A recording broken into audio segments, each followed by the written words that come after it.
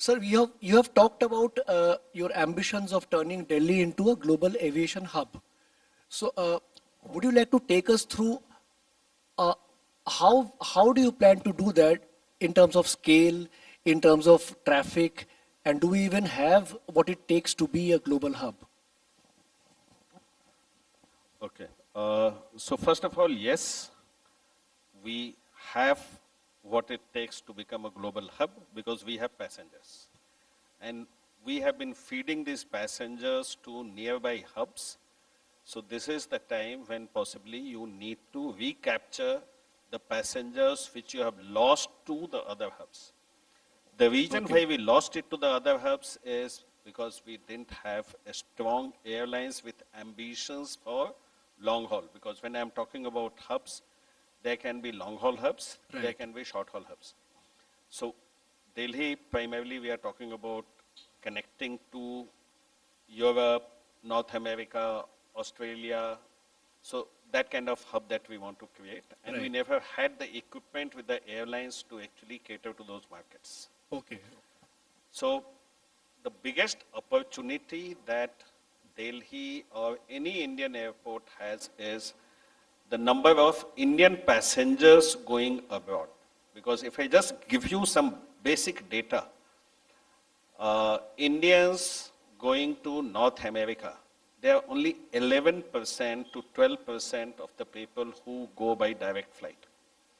So there are 88% of Indians, they connect through either Middle East or Southeast or Europe when they are going to go to the North America.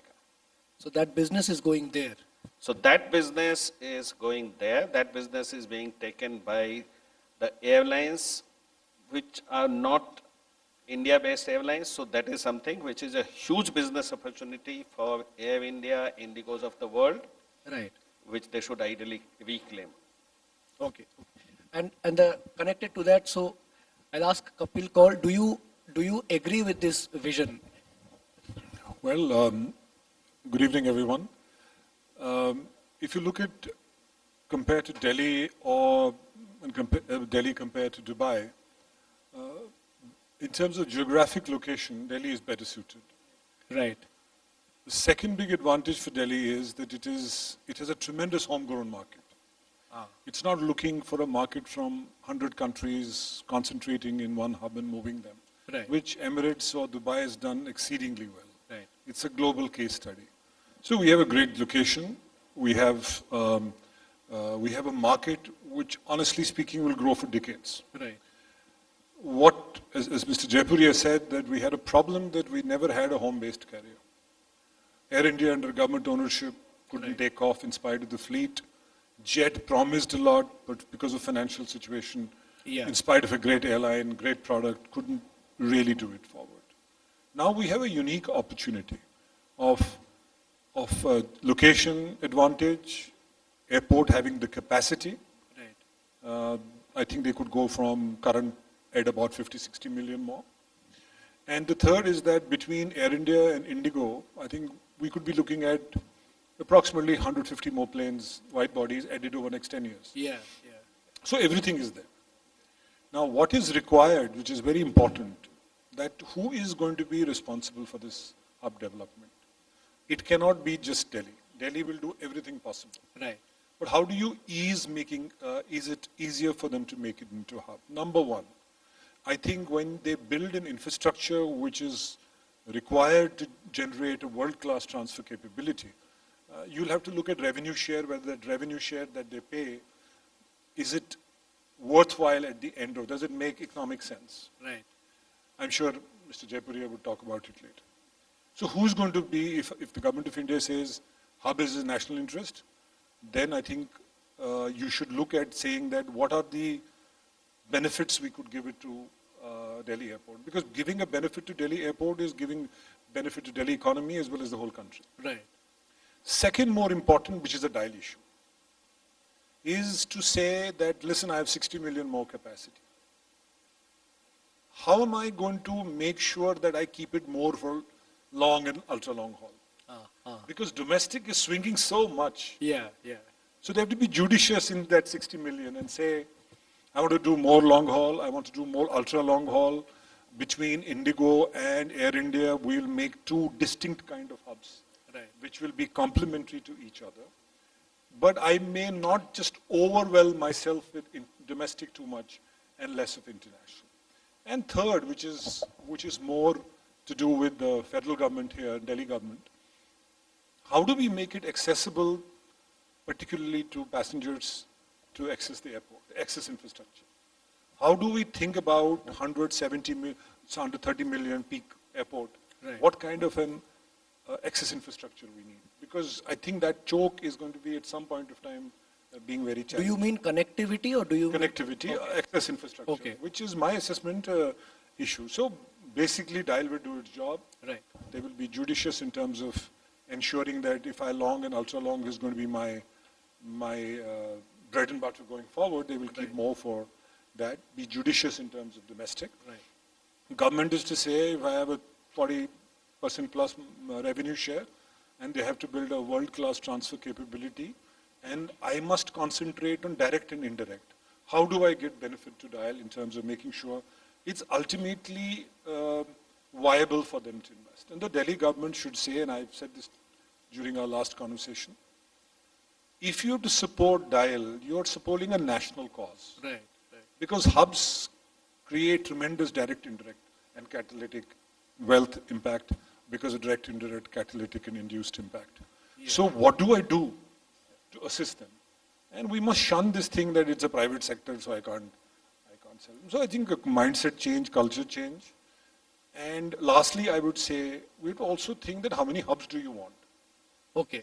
Because, Bombay is aspiring to be a hub, Bangalore could aspire to a hub, Hyderabad could aspire to be a hub, Delhi could aspire to be a hub. Then you should say that, listen, I can't be what Dubai is. Okay. Because that is I am not going a to model spread we the can. airline network. Okay. So I think, yes, possible.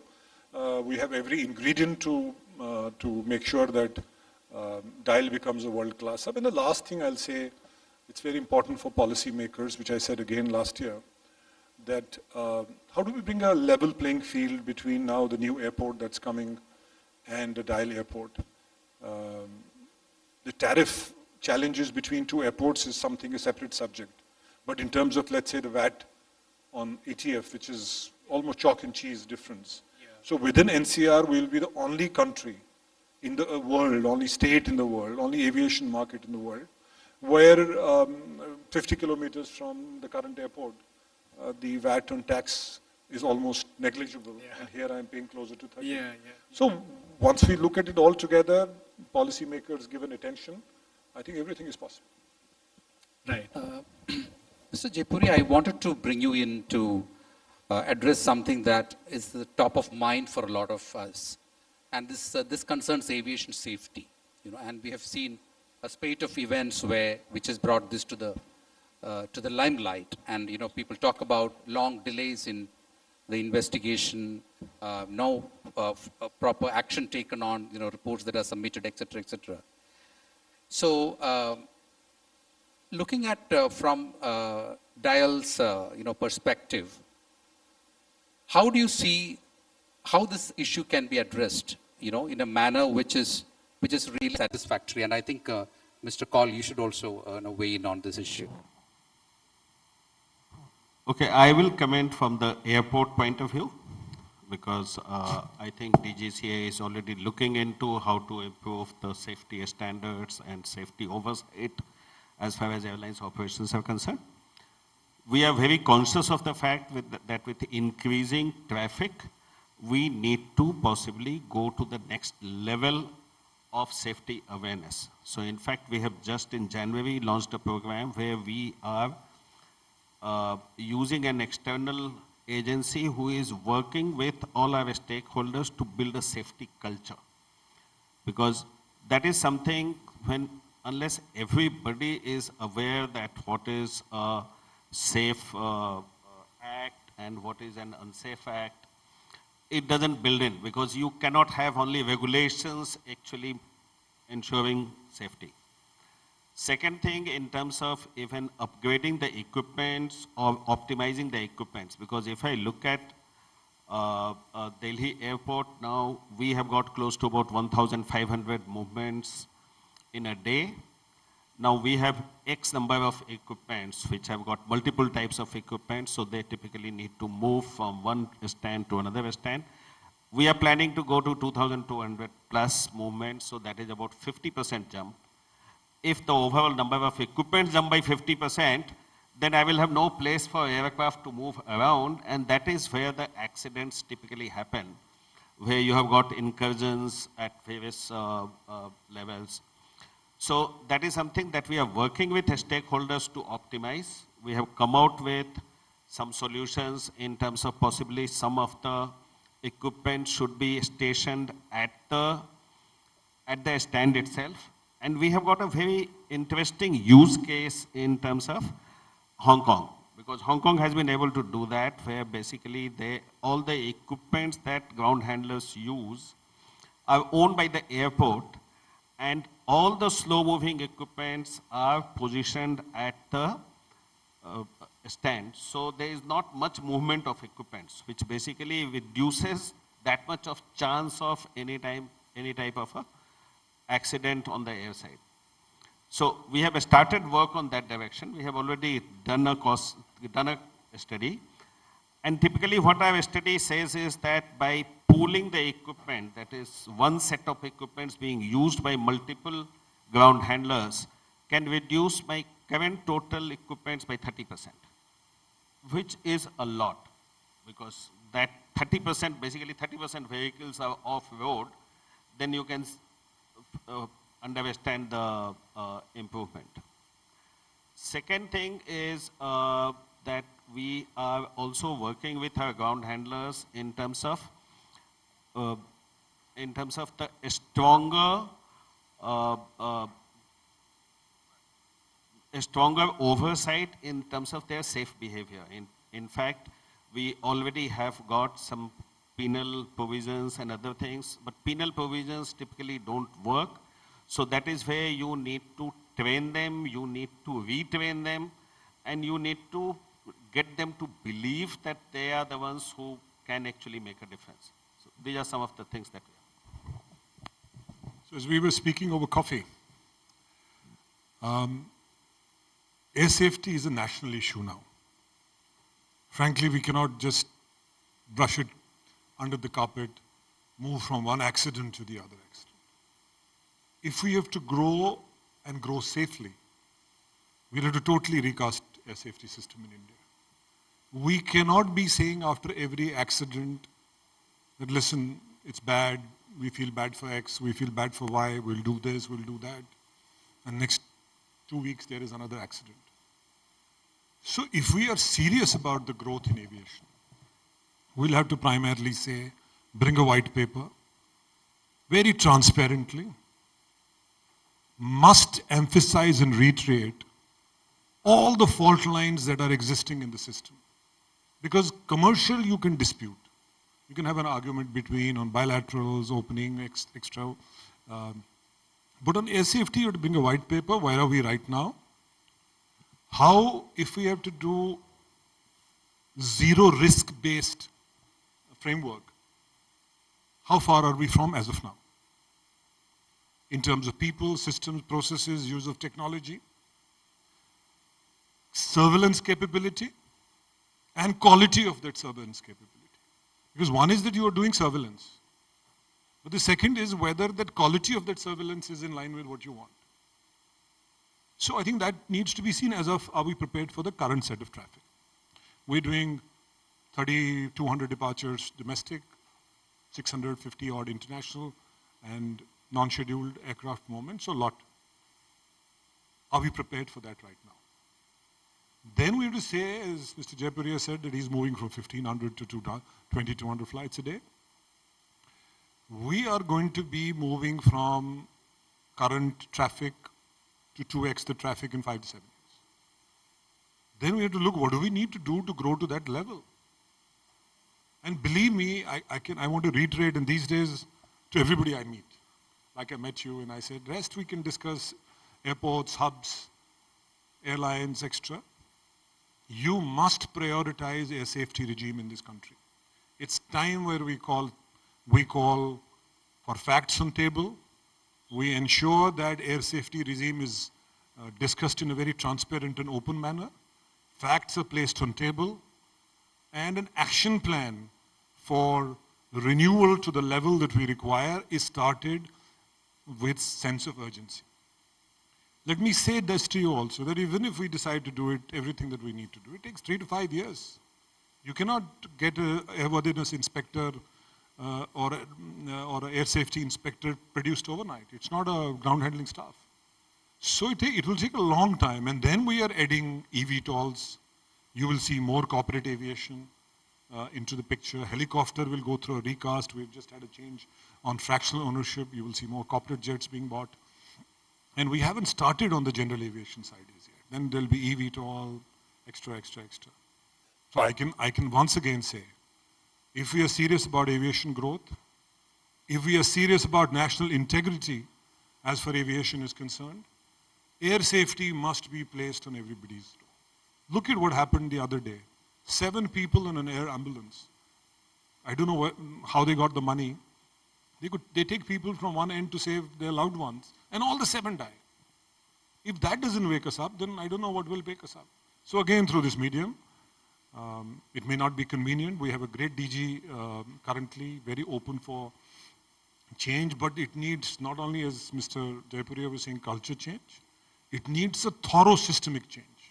Saying that we cannot now, even for a day, accept such fault lines which are making the aviation regime in India vulnerable.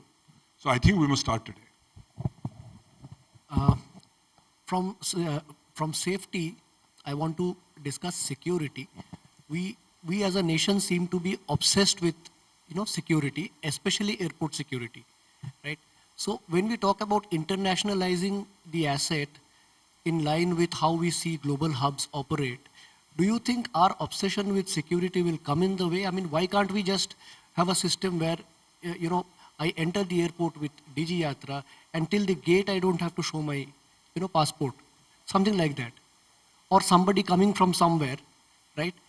And several frisks and checks. Don't you think these are barriers to the user experience? Yeah. Okay. Now, when you compare security from one place to another, they are all different. Because our security risk perception is definitely higher than many of the other countries because of very friendly neighborhood that we have. Right. So that is where I think in the right manner, there are certain security protocols that have been put in place.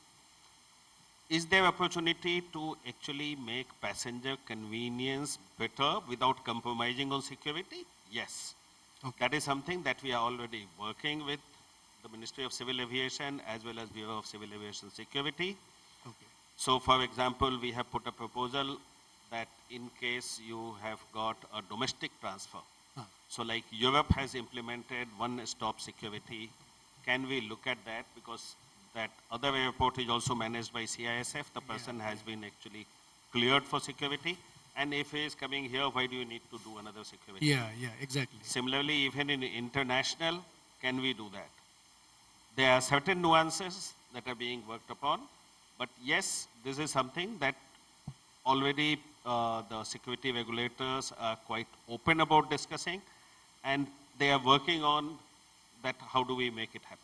Is it because airports don't talk to each other, like AAI and the private, like even though it's managed by CISF, okay, like 2 airports don't talk to each other, that's why this disconnect happens and the customer has to sort of face, I'm just asking. Not really. So there are certain security protocols, and security is something that nobody wants to take even 0.5% chance. So earlier there were airports which were managed by local police. CISF was only deployed at certain designated airports. Right. So possibly that mindset comes from there. That in cargo there is already an easing out. I am sure that the same thing will happen even for passengers. Okay. Mr. Kapil Kaul, I wanted to draw your attention towards something that the Secretary of Aviation said in the morning, where, you know, he said that the target is something to have something like one airport a month or something like that. You know, we're targeting 400 airports. Yeah, very ambitious, and we already have 165 odd airports in place. But it is also true that many of them are thoroughly underutilized. How do you see this issue? In a hurry to execute so many projects, you know, are we really not taking up enough feasibility on these projects, and what's the kind of harm it can do to aviation? So if you look at China, and this is where I think we need to take a call, that is it a commercial decision or a strategic decision. In China, now at least they have become much more having enough traffic over the last 20, 30 years. But initially the airport buildup was similar to more or less what India is doing. Similar to what what India is doing. So as long as you believe that I'm using, let's say, public finances, I'm building infrastructure across the country, India is going to move from, let's say, X traffic to 2X, then 4X, 5X over 20, 30 years. Traffic will come. So then there is no issue. If it is a strategic decision that, listen, India would need to have as many airports as possible, one for security reasons sometimes, and that fact that traffic will come, we are building infrastructure across and traffic will follow. So it's a strategic decision. Nobody can argue with that. If it is a commercial decision, that I will have a airport which is where there is no traffic, and I have a regional commuter business which flies into that airport, which is almost negligible in India. It will be very costly, and government in their own view would have taken a decision that, listen, even if it's costly, even if I have empty airports, even if I have almost no regional commuter airline infrastructure in this country, but it's a strategic decision. You cannot argue on that, and one must accept that it's a government's call. Moment you get into commercial, there's no commercial. So you would have these airports empty till they become getting traffic, and then they become viable. Third thing, it's important for India to know. Again, if we have to develop hubs, regional hubs, gateways, if you spread the traffic like the way we are spreading, which these things will go, small triples here and there, it will ultimately make, let's say, in UP, Lucknow airport will become challenging, or many other airports will become challenged. Because what should come to one airport will be spread around multiple airports. So it's important the call the government takes, strategic decision, keep investing. There's no commercial, that's okay. It's a public finance responsible. One point of time traffic will happen, and that will happen. Because India will grow from current traffic to, in 10 years, 15 years, 20 years. That will happen, there is no question. But right now there is no commercial. In the near term, you won't have any commercial. But strategic, yes, we can keep building airports, what's in national interest. I think that's what the government is doing. Mr. Jaipuriar, tell us something about your strategy on AeroCity development. How does this city within a city, like we've seen international hubs are almost like Singapore, etc. They're like city within a city. How does your AeroCity development plans, etc., dovetail to your ultimate plan of turning into international hub? I think this is a learning that we have got over the years, as well as we have also seen some of the other airports, whether it is Amsterdam or whether it is Zurich, that airports, especially if they are easily accessible, are becoming business centers. Just to share with you, close to 70% to 80% of the people staying in AeroCity are air travelers. Right. And looking at that, even some of the offices, whether this is Airbus, a regional office, or whether this is Embraer office, or there is some other offices, these offices also have moved to that area. So it's much more convenient for people to travel into Delhi, conduct meetings, of seminars over there. There is a huge demand even for MICE. And that is something that we see growing.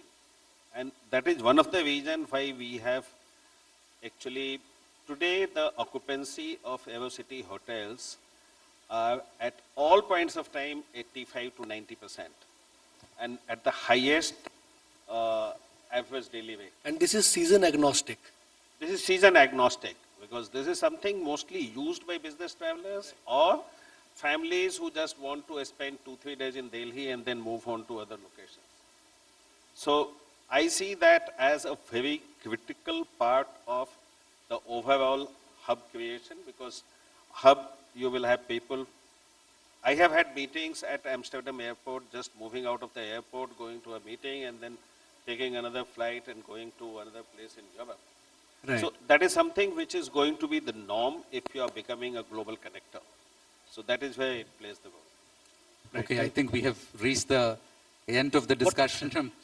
We should have had more time probably, but thank you so much, both the speakers. A big round of applause to Mr. Kapil Kaul and Mr. Jaipuriar.